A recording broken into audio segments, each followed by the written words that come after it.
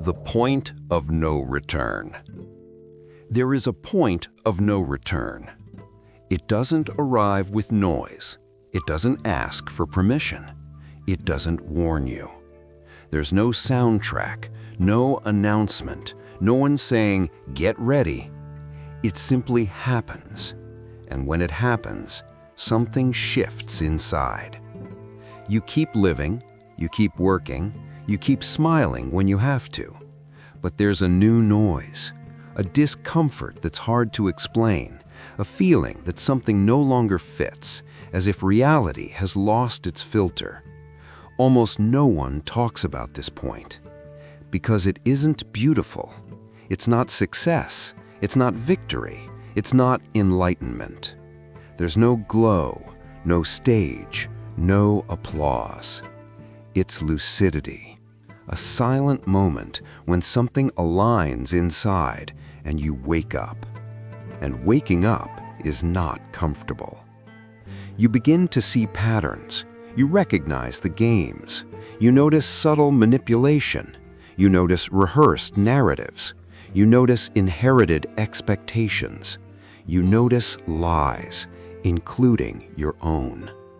You see where you were pretending not to see, where you were postponing decisions, where you were calling fear prudence. And then you understand, without drama, you've seen too much to pretend you haven't.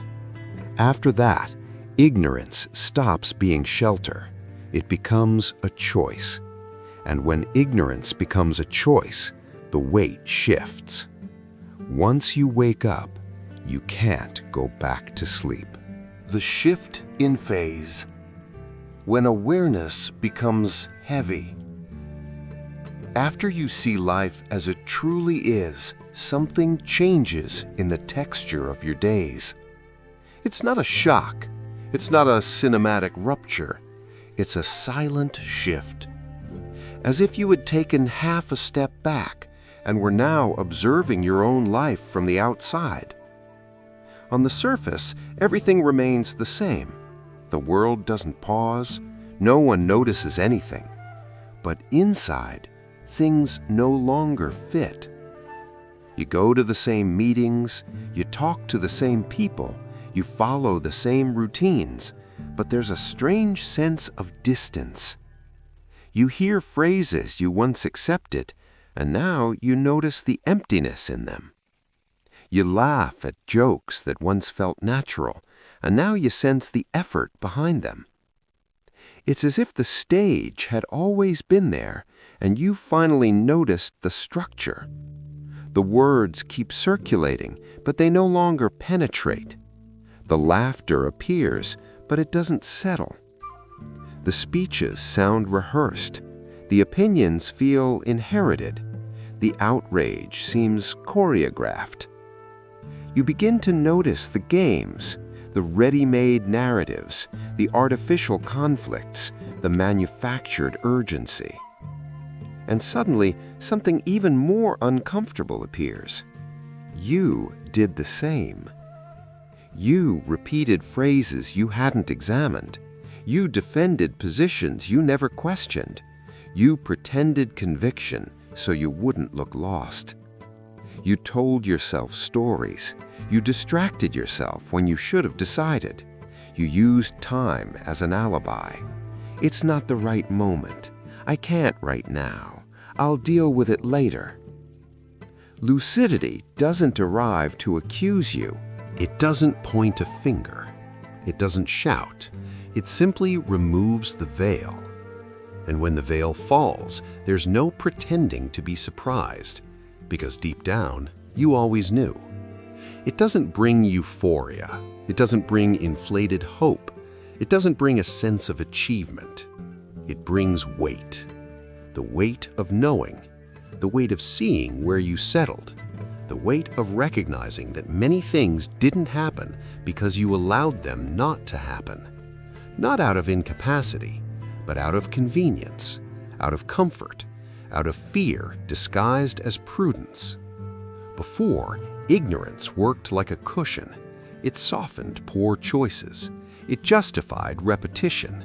It turned postponement into patience. It called avoidance maturity.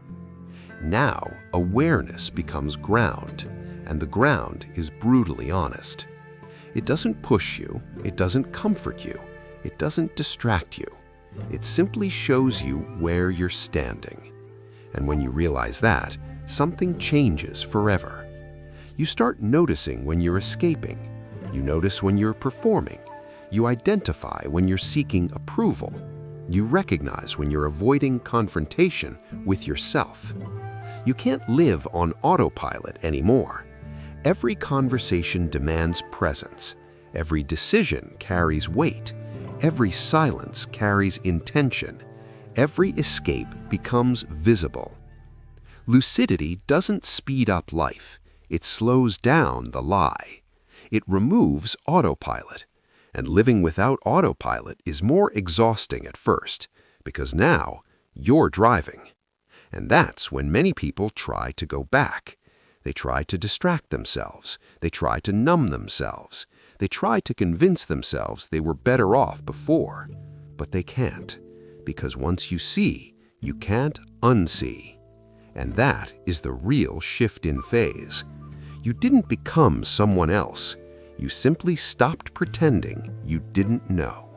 The loss of excuses. When you can no longer pretend. After you wake up, the excuses begin to fail. Not because the world has changed. The world is still chaotic, still unfair, still difficult. But you changed position. You left the comfortable place of the one who explains everything and stepped into the uncomfortable place of the one who has to decide. You can still repeat the excuses out loud. You can still organize them well. You can still use them socially. They still work in conversations. They still earn agreement. They still sound plausible. But inside, they no longer hold. It's the system. It's the country. It's just a phase. It's the other person. It's lack of opportunity. It's because I don't have support. All of that may be partially true, but lucidity doesn't work with fragments. It works with the whole. And the whole reveals something uncomfortable. You had more room to choose than you admit. Not in everything, but in more areas than you'd like. You could have spoken up. You could have left earlier. You could have started small. You could have stopped accepting less. It wouldn't have been easy, but it was possible. Lucidity doesn't accuse you of malice. It accuses you of postponement.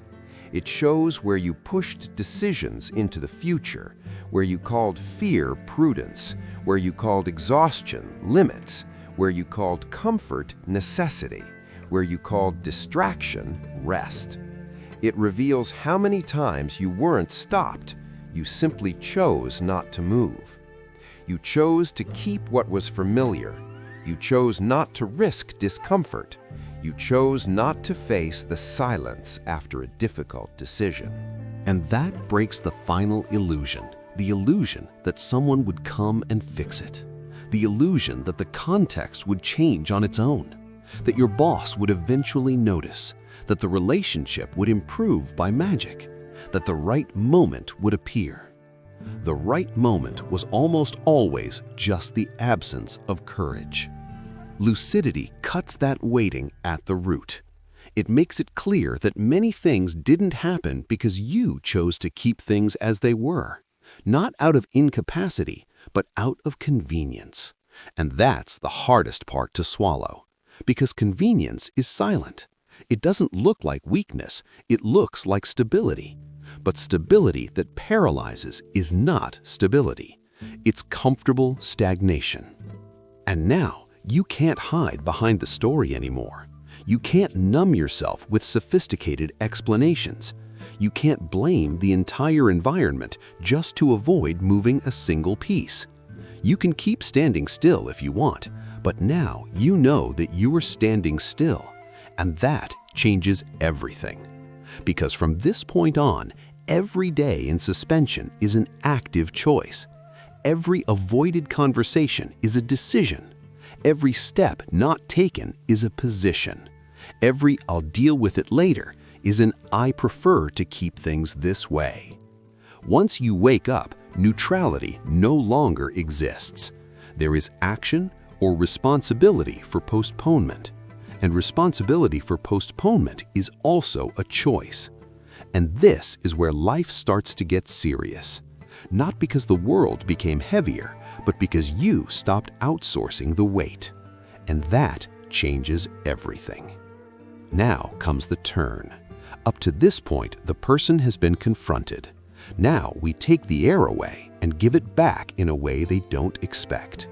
The key here is to make it seem like responsibility is going to crush them, and then reveal that it actually organizes. Let's elevate this. Responsibility as freedom, the weight that releases. This is where a turn happens that almost no one anticipates, because everything suggests that now it's going to get heavier. You lost the excuses, you lost the fantasy, you lost neutrality. The next step seems obvious, guilt. But that's not what happens. What happens is quieter. There's no applause, no feeling of victory, no emotional catharsis. And yet, this is where everything changes. Responsibility does not imprison, it liberates. What imprisons is waiting. The misplaced hope that something external will fix it. The fantasy that the context will change without you changing position.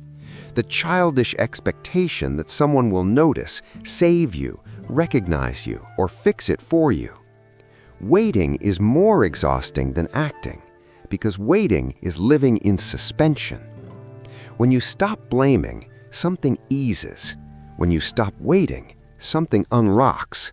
When you accept that maybe no one is coming, a strange strength appears. It's not euphoria, it's sobriety. And sobriety is light. Reality becomes easier to handle. Not easier, but clearer. And clarity is freedom. Taking responsibility is not controlling the world. It's not carrying everything on your shoulders. It's not becoming rigid. It's not punishing yourself. It's understanding, with maturity, where the world ends and where you begin. And that boundary changes everything. You don't control the system. You don't control the past. You don't control other people's behavior. But you control your posture. You control your decision.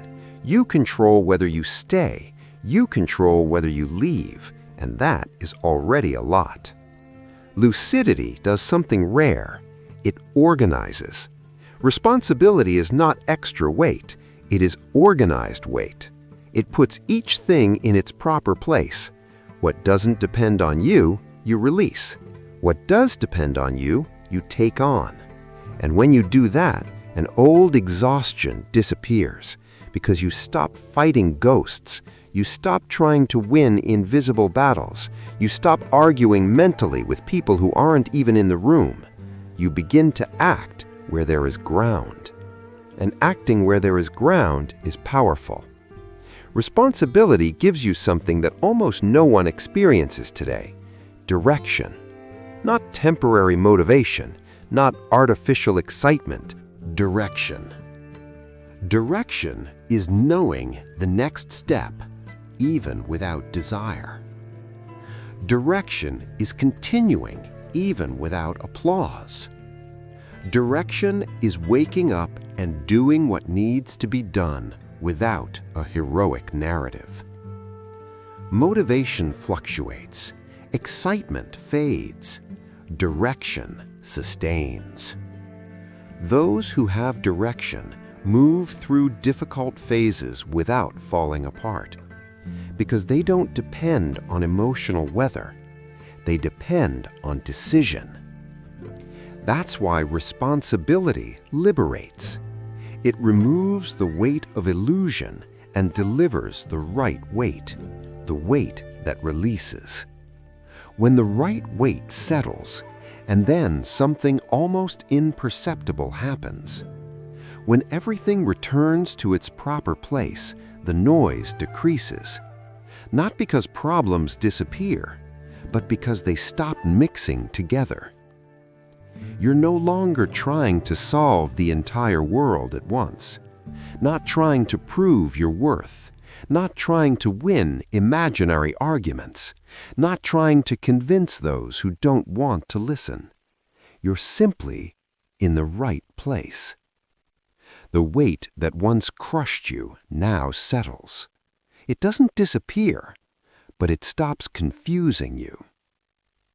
And when the right weight settles, something unexpected appears. Not euphoria, not excitement, not performative happiness. Peace. A strange peace for someone who spent a lifetime driven by anxiety. A peace that doesn't come from having everything resolved, but from knowing exactly what is yours and what isn't. You stop carrying what doesn't belong to you. You stop trying to control the uncontrollable. You stop punishing yourself for things that were never in your hands. And that is liberating. It's at this point that you realize lucidity didn't make you harder. It made you calmer, more steady, less reactive, more whole. And from that calm, something rare is born: inner stability. Not the kind that depends on perfect circumstances, but the kind that depends on position. And it's from that calm that the next stage begins. The strange peace. When the illusion falls. After the illusion falls, the world loses some of its shine, but gains definition. Before, everything felt more intense, more urgent, more dramatic. Now, the colors are less saturated. Promises become rare. Easy explanations disappear. And that is frightening at first, because the illusion, even though it was false, was comfortable. It promised ready-made meaning, a guaranteed happy ending, inevitable recognition, someone in control of the story. It said that everything had a hidden logic that one day would make sense. When it falls, nothing immediately takes its place. No illumination appears. No ready-made answer arrives. No absolute clarity emerges. There is space, silence, an absence of narrative. And it is in that space that many people panic, because living without a ready-made story feels empty. But those who move through that emptiness discover something unexpected.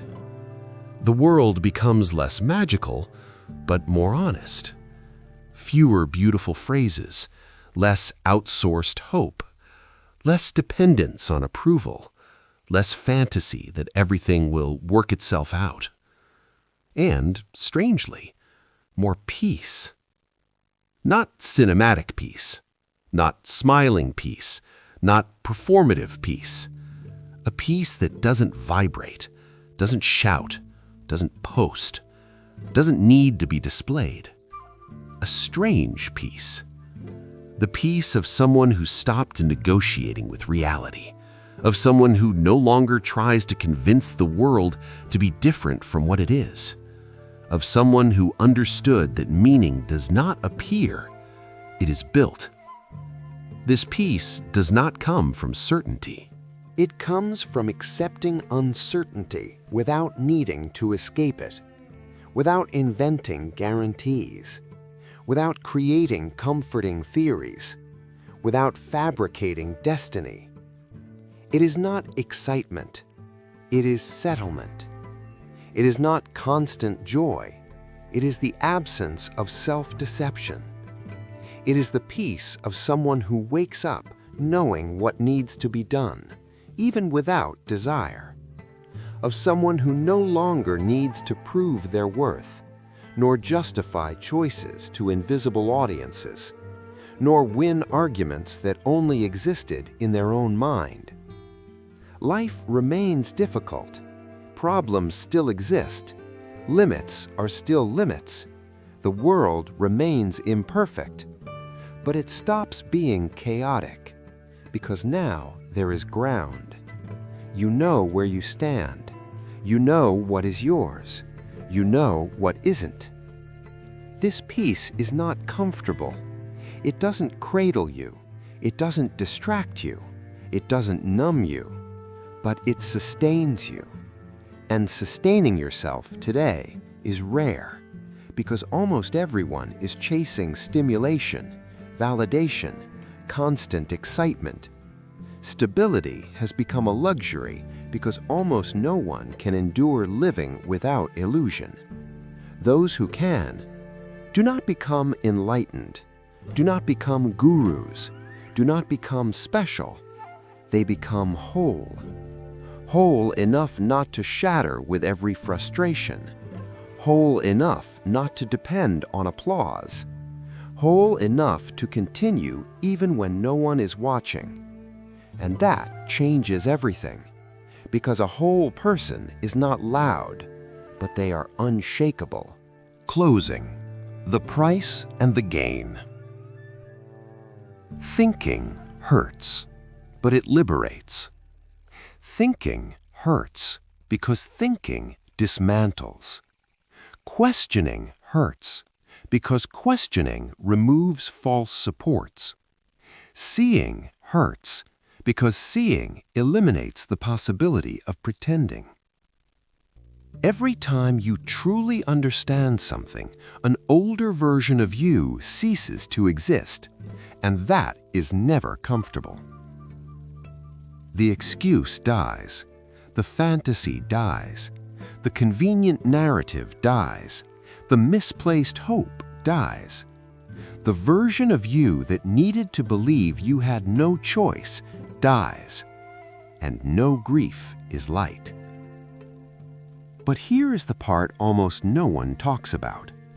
What hurts also organizes, and what organizes liberates. Knowledge does not make you lighter, it makes you more responsible. And responsibility is frightening until you realize it is the only thing that truly gives you your power back.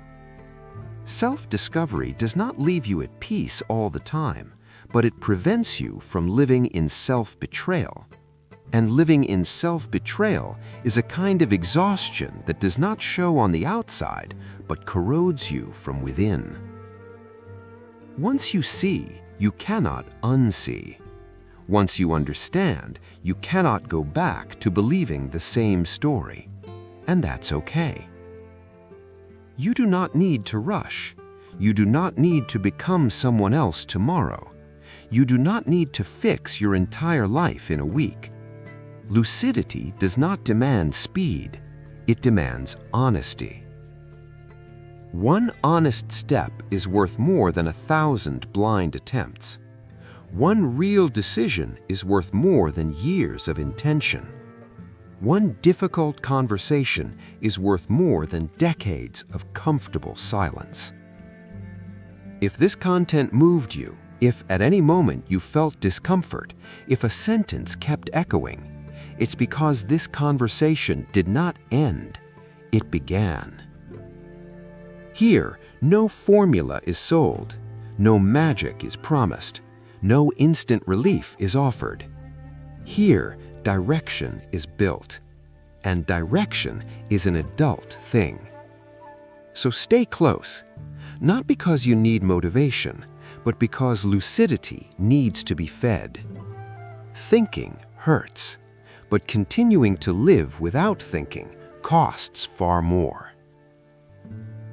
And once you wake up, you can't go back to sleep.